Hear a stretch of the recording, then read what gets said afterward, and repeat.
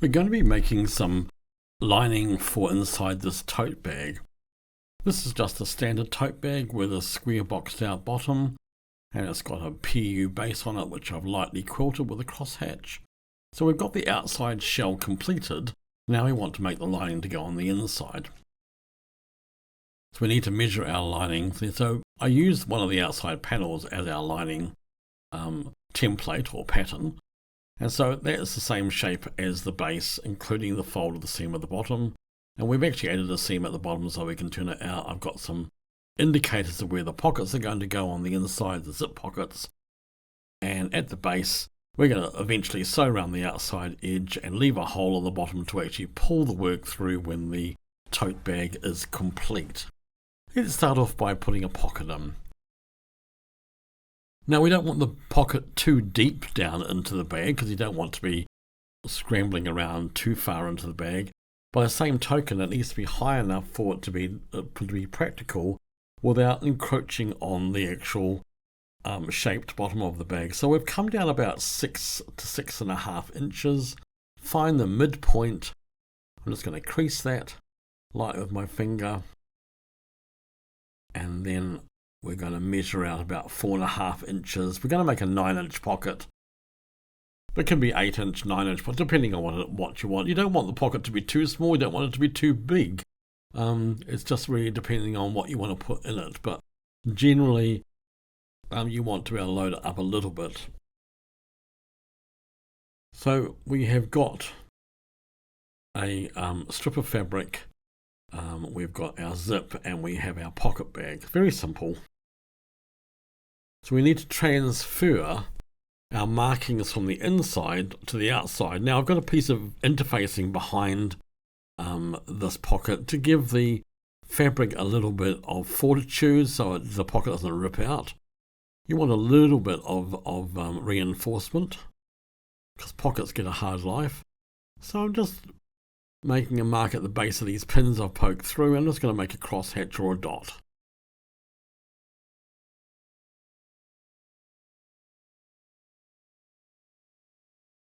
I'm just using a bow and chalk pencil to apply the markings. Are nice and fine and easy to actually remove with the eraser at the end of the pencil.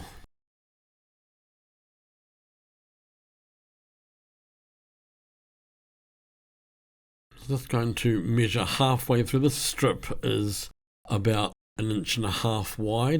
So we want to make a centre line which is 3/4 of an inch up, just making sure that we've got that in the right place.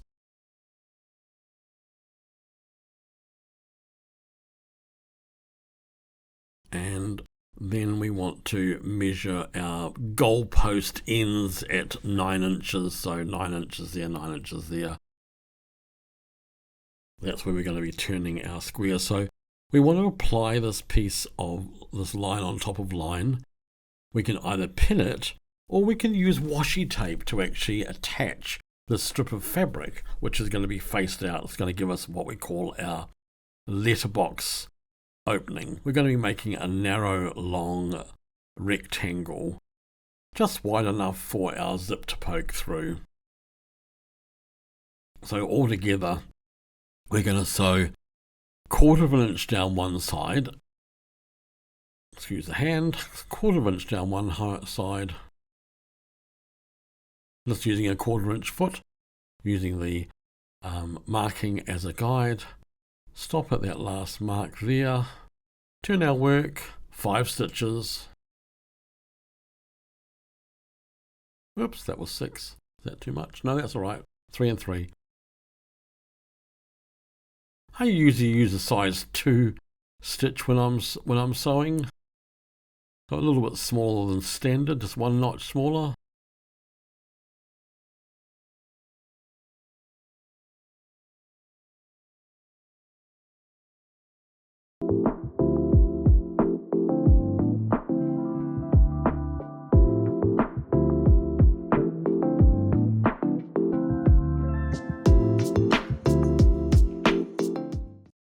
I've put some reinforcement on this strip as well, just a piece of interfacing with washi tape For those people that say that washi tape doesn't stick to things, and look at that. So our washi tape is quite nice. It doesn't matter that's come off in the middle. It really makes no difference. So we want to slash up this line, stopping about 3/8, 1 centimetre from the end, or just a little bit less, and then clipping into that last stitch in the corner. Need sharp scissors, sharp points. If you don't clip into that corner, you do not get a nice square. So don't be shy, but by the same token, don't cut past it. So you need good light and good blade points.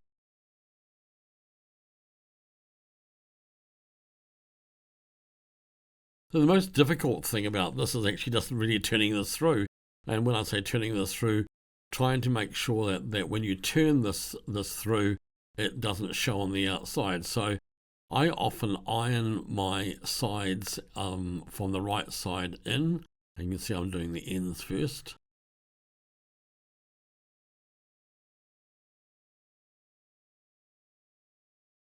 Some people like to try and iron that seam open. I don't find it necessary should you, for the style of pocket, I don't find that necessary. For the slash pocket sometimes, yes. For the double welted, yes, but not always for this way. So come through the back. Now, to get a nice corner, pinch the corner between 2 thumbs and 4 fingers and just almost as if you're going to be ripping it. Just pinch and manipulate forward and back like this, and what it does is that it releases those last few fibres in that corner and makes the corner quite square and presentable.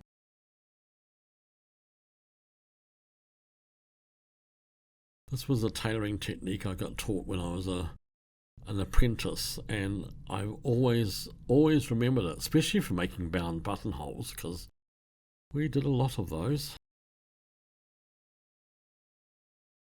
So I press as much as I can from the right side before moving the work to the back.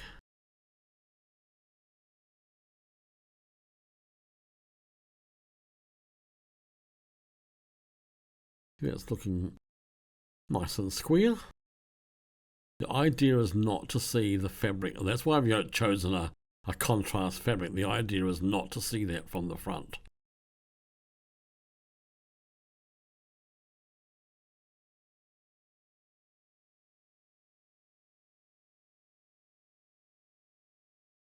This is the foundation for making many styles of pockets.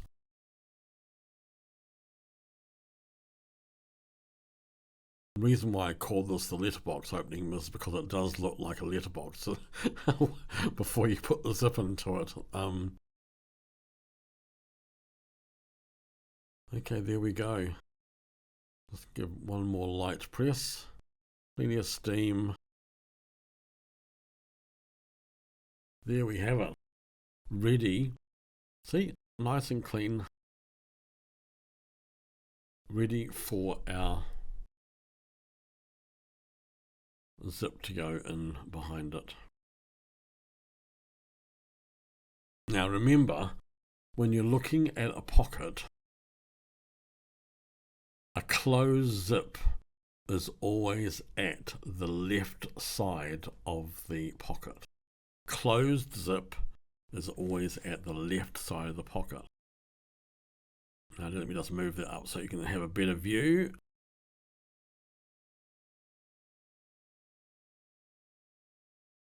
I keep that even. I'm going to put some washi tape on this to hold this, because it is the easiest way. Now I do sometimes use it on the back as well, to keep my zip into place.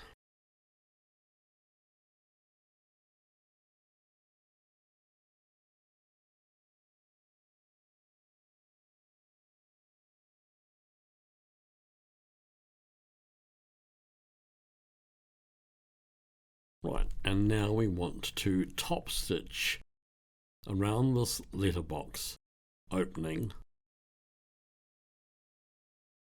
to secure the zip to the pocket.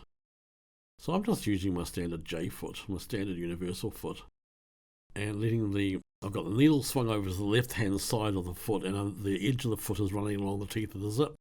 So to keep it nice and straight. And once I get to the zipper itself, I need to just run that up. And that's just the way it is. I mean, you can't avoid doing that.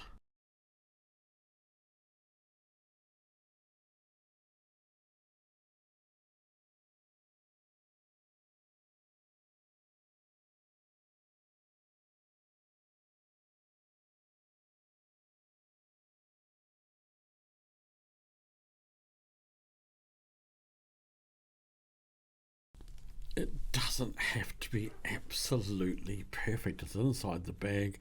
Practice makes perfect. This looks like it's not even, but when you turn the work around, it actually is. And there we go. I did end up taking the washi tape off the bag because it was catching on to the extension table. Now we want to put the pocket bag right side down, and we're going to start with the bottom lip of the zipper. So this is the bottom of this will be the back side of the pocket. Now pin it by all means. I mean, I'm a trained machinist, so I don't use pins very much. So you can either use the edge of the foot, or you can run the foot on top of the zip, whichever you wish to do. And I sometimes do this seam twice. I get it into place so as it works.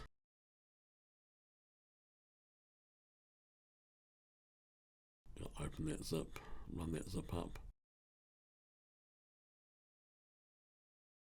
And I mean, so that's a shy 1/4 inch seam, but it's quite secure for a pocket, it really is. But I sometimes do that seam twice if I want to make it even more secure. Then you just fold this pocket up and attach it to the top edge of your opening, which is now secured. And again, pin it.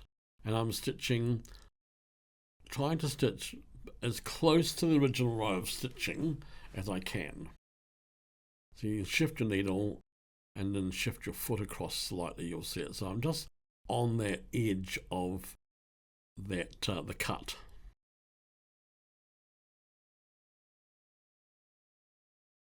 You see the stitching past the foot. I'm actually on the tape, on the actual pocket bag itself.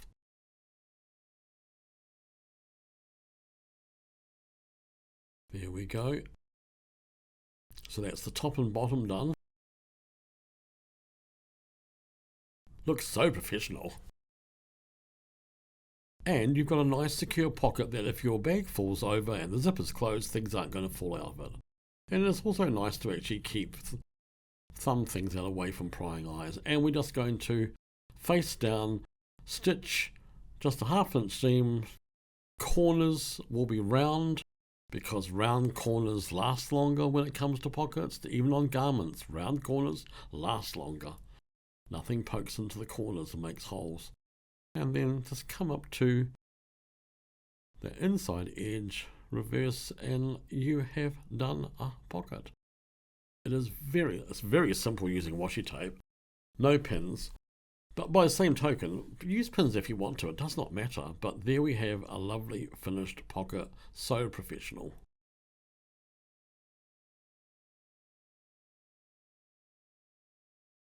So that's one side for the lining. On the other side, we're going to do another different technique, but as you can see, it's not too far down from the top.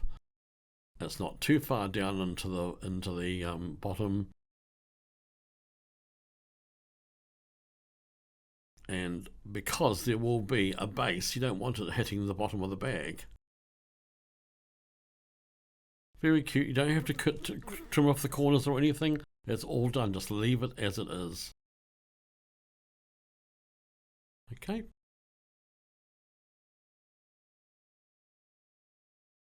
Have a go.